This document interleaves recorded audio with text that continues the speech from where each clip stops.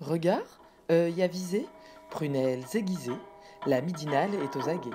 Par Pierre Jacquemin et Pablo Pillo-Vivien, tous les jours à 12h30. Bonjour Pierre Mansart. Bonjour. Merci d'avoir accepté notre invitation. Vous êtes secrétaire général de la Ville en commun. La Ville en commun, c'est un espace de réflexion sur les questions qui touchent à la ville. Vous organisez demain une journée de débat et de rencontres à Montluçon. D'abord, un mot sur le constat. La semaine dernière, Le Monde a publié une cartographie sur les villes moyennes qui meurent. On inaugure chaque année des millions de mètres carrés de centres commerciaux en périphérie, pendant que le cœur des villes moyennes disparaît. J'ai l'impression que ça fait des dizaines d'années qu'on le dit. Oui, et puis il y a beaucoup de monde qui a l'air de s'intéresser aux villes moyennes, mais en fait, visiblement, il y a des politiques qui ne changent pas vraiment. Là, autour du commerce, on continue de distribuer des permis de construire massivement pour des grands centres commerciaux qui tuent évidemment les commerces du centre-ville, ça on le sait, qui sont vraiment problématiques, y compris dans le rapport de la grande distribution avec les producteurs. Donc c'est vraiment quelque chose qui ne va pas. Beaucoup de gens s'interrogent sur les villes moyennes. Toutes ne sont pas à mettre dans le même sac. C'est pour ça qu'on a choisi un angle spécifique. Ce sont les villes moyennes en crise.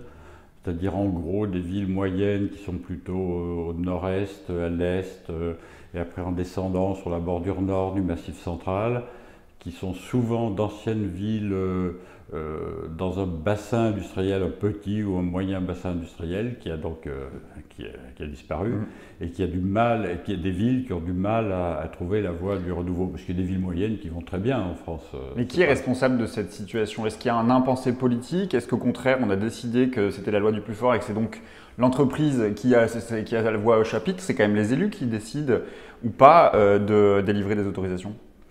Je pense qu'il y a un impensé politique. On a fait un peu de travail de comparaison avec d'autres pays européens, en Espagne, en Italie, aux Pays-Bas, au Royaume-Uni. Il y a des politiques nationales d'aide en faveur des villes moyennes en difficulté, puisque la désindustrialisation est quand même un peu générale en Europe. Et en France, il n'y a rien. On glose beaucoup sur le programme Cœur de Ville et tout ça. Évidemment, bon, des choses intéressantes, il y a des sous à prendre, mais c'est profondément contradictoire avec des politiques qui continuent à favoriser la grande distribution, avec ce que ça implique, comme on vient de le voir. Donc je pense qu'il y a une vraie responsabilité aussi des élus dans ce domaine. Mais là, on voudrait être dans un sujet, essayer de mettre en évidence à partir de quels atouts propres les villes moyennes, sans attendre des politiques nationales, des politiques généralistes ou des coups de chance avec l'installation d'une entreprise. On voudrait mettre en évidence comment une ville moyenne qui est en crise, en déprise comme on dit aujourd'hui, peut rebondir à partir de ces atouts qui sont très nombreux. Alors justement, on recevait la semaine dernière le photographe Vincent Jarousseau qui a passé 2 ans à Denain, c'est une petite ville ouvrière du nord de la France, et il disait: la perspective et le modèle que l'on propose sur ces territoires oubliés et sacrifiés sont des modèles économiques et sociaux qui ne sont pas durables et qui ne constituent en rien des solutions pour sortir les gens de la nasse. On ne sait pas réfléchir autrement on ne sait pas réfléchir autrement le développement d'une commune autrement que par l'attractivité économique. Tout à fait.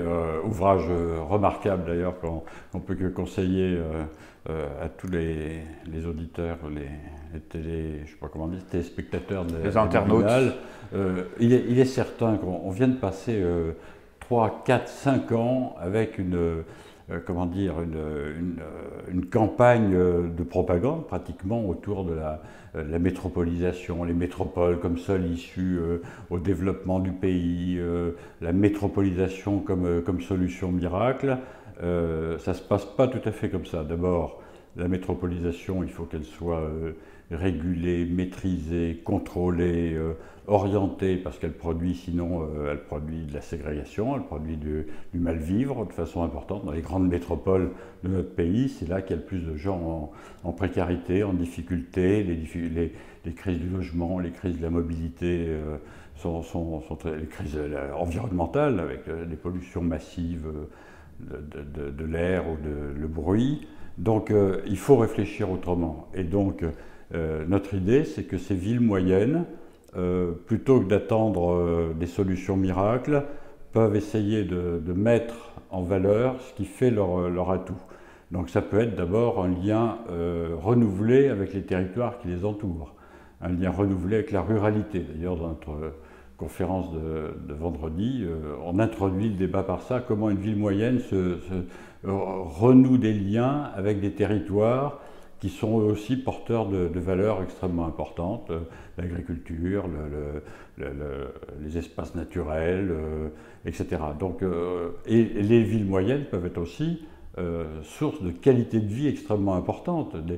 Tous les gens n'ont pas envie de vivre dans des métropoles hyper stressantes, hyper actives, avec les problèmes d'entassement, de pollution, etc. Et on peut trouver dans les villes moyennes une recherche de la qualité de vie. Donc c'est ce qu'on veut mettre en évidence, c'est-à-dire on n'a pas de recette à proposer, mais on veut mettre l'accent sur le fait que les villes moyennes, même celles qui sont aujourd'hui en difficulté, ont toutes des atouts extrêmement intéressants et peut-être avec un angle très singulier dans le cadre de la transition écologique, la transition énergétique. Parce que là, c'est des villes où il n'y a pas forcément des embouteillages. Par contre, ça pose des questions de mobilité. Il faut des systèmes de mobilité qui aujourd'hui sont très défaillants, justement entre les territoires ruraux, la ville moyenne et tout ça. Mais donc on veut mettre l'accent sur ces possibilités-là, qui demanderont des efforts considérables. Mais on pense que toutes ces villes ont des atouts très importants. Et d'ailleurs, ça ramène à une conception du territoire national. La France, justement, est un pays très intéressant parce qu'elle est d'une grande diversité, milieux ruraux, villes moyennes, plus ou moins grandes villes ou grandes petites villes, et puis quelques métropoles, mais c'est cette diversité qui est très intéressante. Et il faut la sauver. Est-ce qu'on tient compte quand même, quand on regarde la politique de la ville de ces 20 dernières années, ou plus même, est-ce qu'on tient compte justement des besoins et des attentes aussi des populations? Parce qu'on se rend compte, j'ai lu dans le même papier du Monde, qu'on construit des grandes surfaces, des grandes zones commerciales, mais ça ne répond pas nécessairement aux attentes des habitants. Il y a même des études qui montrent que les surfaces commerciales connaissent une croissance plus rapide que la population. Tout à fait, mais il y a des mécanismes financiers qui sont hallucinants. Saskia Sassen, la sociologue qui étudie les grandes villes du monde, raconte qu'à New York, il y a des immeubles, des tours, des gratte-ciel qui sont vides à 50%, parfois à 100%, ce qui n'empêche que, comme c'est à Manhattan, le quartier le plus recherché par la finance mondiale, les promoteurs réalisent rien qu'en construisant, même s'ils louent pas, même s'ils vendent pas, ils réalisent quand même leur succès. Donc on touche là ces questions essentielles, c'est-à-dire qu'il y a des gens pour qui la recherche du profit maximum peut se faire sans tenir compte des besoins réels des gens et de la réalité de leur pouvoir d'achat, et ils se désintéressent en plus complètement pour beaucoup de l'évolution de la ville et des territoires. Et justement, là, vous parlez des tours de Manhattan, mais on a tous en France l'image de ces sorties d'autoroute ou de ces entrées de ville avec une succession de bâtiments en tôle ondulée. Qu'est-ce qu'on sait de la pérennité justement de ces grandes zones? Est-ce qu'on les a réfléchies ou est-ce qu'on sait déjà que dans les 10 ans à venir, ça va devenir des futures friches? Ce qu'il y a, c'est qu'on est dans une situation où le capitalisme, dont on annonce toujours la fin prochaine, a une grande caractéristique, c'est sa capacité inouïe à se renouveler, à se revivifier. La crise des centres commerciaux, sans parler des zones commerciales, mais la crise des centres commerciaux a commencé aux États-Unis il y a plusieurs années. Donc tous les groupes qui sont actifs dans ce domaine essaient de penser de façon différente le rapport justement à ces centres commerciaux. Ils inventent, j'ai oublié le terme en anglais, mais ils inventent une philosophie différente, la philosophie du moment exceptionnel qu'on va partager en famille, etc. Et là, quand on est bien, on fait chauffer la carte bleue. C'est un problème, mais qui touche à la conception générale des villes. Avec la ville en commun, on est allé plusieurs fois voir les amis de Nîmes pour essayer de réfléchir à un récit pour une ville différente. Nîmes, c'est une ville dont le centre est hyper touristique, il est très beau, il est magnifique, il y a des équipements, le musée de la Romanité, etc. Et il y a une zone à la fois économique et commerciale qui est énorme. Et les gens ne pénètrent plus dans Nîmes. On a constaté, le boulevard Jean Jaurès, ce vendredi à 7h du soir, était vide, il n'y avait personne. Et les gens sont dans cette... Donc ça interroge aussi la conception que l'on a du rapport les uns avec les autres, le rapport avec la ville. C'est pas une ville intéressante, parce que ça c'est une ville où on se déplace avec la bagnole, ça c'est une obligation absolue, et on n'est quand même pas dans des endroits très agréables, ni esthétiquement très intéressants. Il y a un autre facteur qui est au cœur aussi de l'affaiblissement de ces villes, c'est la disparition des services publics. Vous diriez qu'on organise la pénurie justement pour favoriser tous ces grands espaces d'étalement urbain, de grandes zones industrielles et commerciales? Ah ben c'est certain que pour les villes, quand on cumule ce qui leur est arrivé après la désindustrialisation, alors après il y a des trucs, c'est pas forcément des services publics, mais fermeture des casernes, après il y a les fermetures, les tribunaux d'instance, les maternités de proximité, la SNCF évidemment qui est Montluçon, c'est à 300 km de Paris, il faut 3h45, il y a 2 trains par jour. Si on rate celui de 17h15, il y en a un à 17h30, il met 5h30 avec 2 changements pour venir de Montluçon à Paris. Donc on est quand même dans des systèmes qui sont aberrants. Donc à la fois on veut, dans nos rencontres, on veut poser ces questions-là, on ne veut pas sous-estimer la question de l'accès aux services, quel qu'il soit, mais on ne veut pas en faire non plus la condition... Voilà, le retour des services publics serait la condition pour le renouveau de la ville moyenne en crise, donc c'est un tout petit peu différent. Surtout que c'est des villes qui ont parfois, comme Montluçon, ont des atouts, par exemple en matière culturelle, il y a un centre dramatique national, il y a un centre à Tanor en plein centre-ville extrêmement dynamique. Enfin, ce sont des villes qui ont des ressources. Il y a un musée à Montluçon, le musée très peu connu, musée des musiques populaires, qui est un très beau musée. Mais tout ça n'est pas porté, n'est pas mis en lien, n'est pas organisé avec les villes voisines, avec les territoires voisins. Donc c'est autour de ça qu'on veut pousser la réflexion. On ne l'a pas encore évoqué, j'imagine que ça participera sans doute de votre réflexion vendredi. Mais ce que l'on évoque là, c'est aussi au cœur de la crise des Gilets jaunes, c'est la fracture territoriale. Tout à fait, c'est pour ça qu'on a bien intention. Les Gilets jaunes ont provoqué une explosion de tribunes, de contributions, de tout le monde intellectuel, universitaire, des sociologues, des géographes, des urbanistes et tout ça. Donc c'est pour ça que la Ville en commun veut lancer, en partenariat avec d'autres, mais c'est trop tôt pour le dire, une série de conférences, ateliers autour du modèle territorial français, parce qu'il s'est dit beaucoup de choses, et on voudrait essayer de presser le citron pour en sortir des idées fortes, et comme on est un laboratoire d'idées, les mettre en débat public et après aux uns et aux autres de s'en emparer ou pas. Il y a une prise de conscience citoyenne, vous diriez ça aussi, c'est-à-dire qu'on voit bien que les dernières grandes batailles, ou en tout cas les dernières grandes victoires, l'ont été aussi sur des sujets comme cela, l'étalement urbain, l'aéroport Notre-Dame-des-Landes, Europa City. On voit que la mobilisation citoyenne fait reculer ce genre de projet.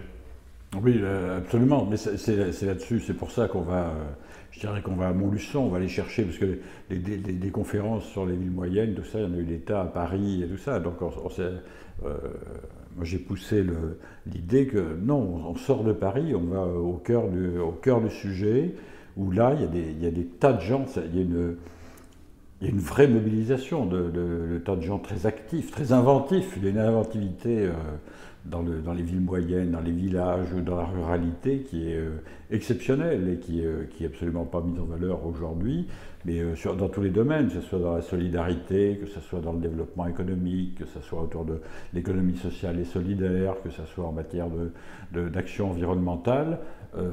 Il se passe énormément de choses dans ces villes moyennes que l'on dit être en crise, et c'est ce qu'on veut mettre aussi en évidence. J'ai une dernière question, Pierre Mansat, vous avez été un grand adjoint de la métropole du Grand Paris. Est-ce qu'il n'y a pas une contradiction justement entre votre critique justement sur le phénomène de métropolisation et en même temps votre attachement à cette institution qui est la métropole du Grand Paris? Est-ce qu'on n'éloigne pas aussi les habitants des lieux de décision? C'est pas une critique de la métropolisation, je pense que ce sont des phénomènes, des mécanismes qui sont très anciens. Par exemple, Paris était la métropole d'un empire colonial il y a plusieurs siècles. Donc ce sont des mécanismes sur lesquels ce n'est pas un complot, ce n'est pas une décision, ce n'est pas organisé par le grand capital ou les firmes mondialisées. La métropolisation et la mondialisation sont des phénomènes qui sont ceux de l'ère du temps. Par contre, ce que je dis avec force, c'est que si on laisse cette métropolisation vivre sa vie, eh ben alors là on est sûr du résultat. Ça produit je le disais tout à l'heure, ça produit de la spécialisation, de la ségrégation, de l'écrasement des pays émergents, de l'écrasement de territoires qui sont plus considérés comme des réserves pour le tourisme ou autres. Donc il faut absolument mener des politiques publiques à la bonne échelle. Et la bonne échelle pour moi, c'est pas seulement l'addition des politiques municipales ou des politiques de quelques intercommunalités, c'est la capacité d'avoir des politiques publiques assises sur le suffrage universel à une bonne échelle qui est celle de la métropole. Avec un débat, c'est que l'échelle de la métropole, il est très compliqué à définir parce que c'est vraiment à géométrie variable et il faut savoir de quel sujet on parle. Mais en tout cas, on n'est pas plus éloigné dans la question métropolitaine qu'on l'est dans une énorme région ou quand on l'est au rapport au pouvoir national. On peut très bien avoir des... Si les villes ne disparaissent pas. Mais les villes, personne ne veut faire disparaître les villes. Il y aurait des communes qui se rassembleraient. Moi, ça, je trouve, d'abord, il y en a pas mal. Je trouve que ça serait pas mal non plus, parce qu'elles ont quand même un peu de mal à s'en sortir. Quand on a 1000 habitants, on a un peu de mal à sortir tout seul de l'affaire. Mais je ne vois nulle part. Je sais bien qu'il y a un courant de pensée qui crie à la suppression des communes. Pour le moment, depuis mes 20 dernières années d'action publique, je n'ai pas rencontré quand même beaucoup d'actes ou de propositions allant dans ce sens. Merci beaucoup Pierre Mansat. Donc journée d'études, de rencontres et de débats à Montluçon, c'est toute la journée? Jeudi soir, 17h, et vendredi 22, toute la journée. Ouvert à tout le monde. Ouvert à tout le monde. Et merci beaucoup. Retransmission sur Facebook. Live. Direct, live. Merci.